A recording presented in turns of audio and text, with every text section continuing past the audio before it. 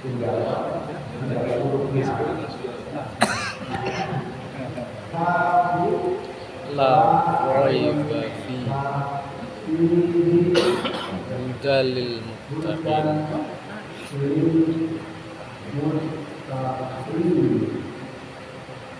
Mari kita dikasih kepada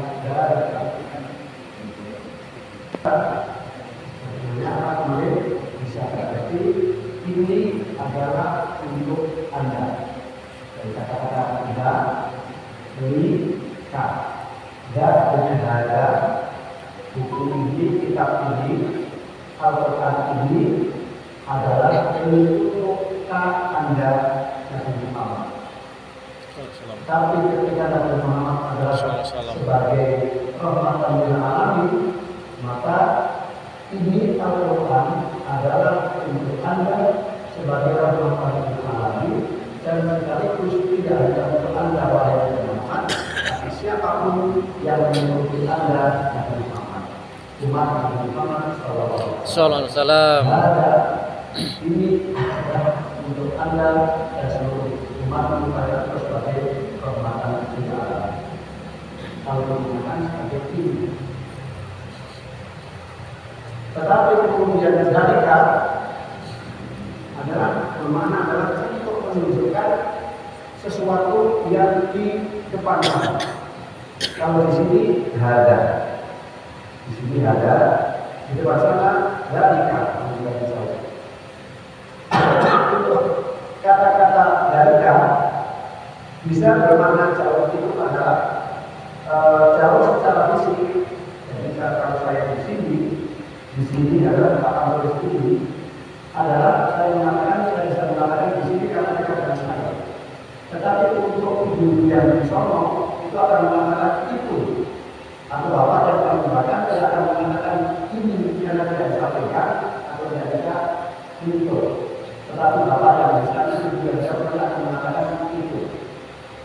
Kemudian maka dari itu adalah menunjukkan sesuatu yang dikatakan ini itu adalah sesuatu yang itu barangkali tidak terlalu besar.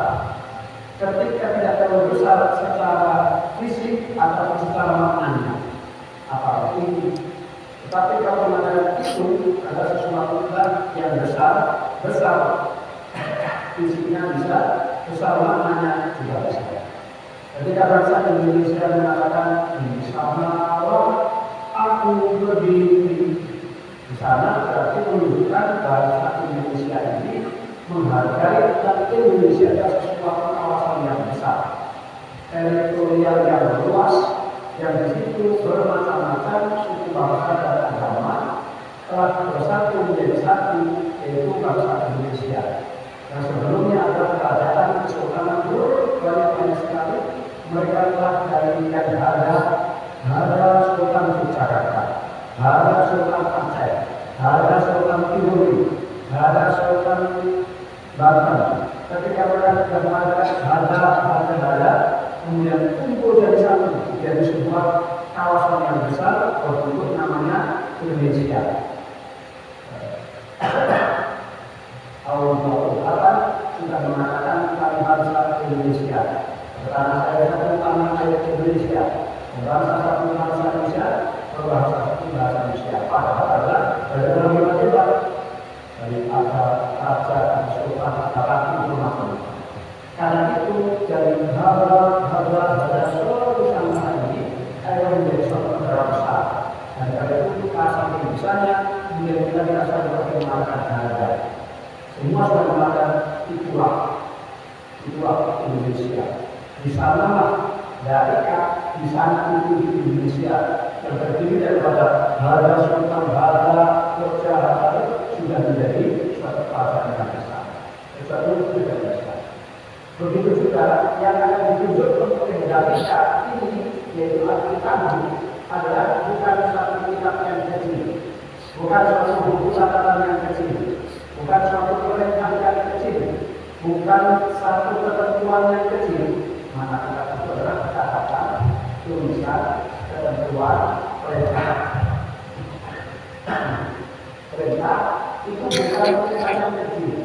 bukan buku catatan yang kecil, bukan ketentuan yang kecil, tetapi ada di dalamnya buku catatan yang besar yang menyangkut mencakup tentang kebesaran alam sebelum diciptakan. Sebelum diciptakan alam ini, siapa itu Allah Subhanahu wa Ta'ala yang besar? Kalau Allah menciptakan alam raya yang cukup besar-besarnya ini, mulai dari planet, langit, bumi, dan semuanya itu, semuanya itu.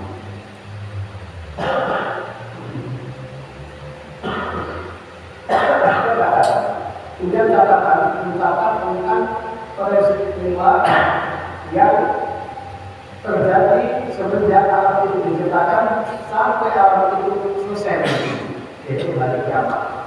Di dalam Alkitab itu satu catatan besar yang mencatat tentang peristiwa yang akan terjadi sesudah alam raya ini hancur semuanya, yaitu alam akhirat yang dimulai pintunya alam kubur.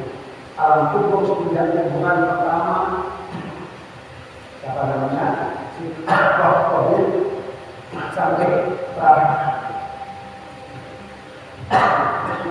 mulai lagi. Itu adalah merupakan catatan besar yang termasuk di dalam kitab itu sendiri. Karena itu sebenarnya tidak sama dikatakan ada tapi itu dulu kitab itu mencatat tentang segala sebelum alam terjadi, alam sekarang ini terjadi sekarang ini, dan alam sesudah selesai nanti.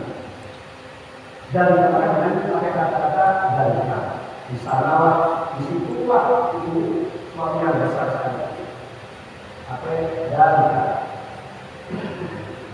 Jadi bisa bermakna ini sesuatu terkumpul menjadi atau hari adalah untuk pada Nabi Muhammad dan seluruh umat. Yang kedua dalika itu adalah yang di dalam kitab itu adalah suatu catatan besar. Kedua, boleh kita tentang kita bermakna perintah. Perintah yang Al-Quran, perintah yang besar. Kebesaran perintah yang pertama tentang tauhid.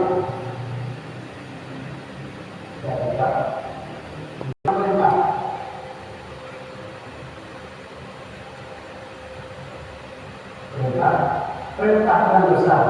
Apa itu perintah yang paling besar adalah mentauhidkan Allah Subhanahu wa Ta'ala.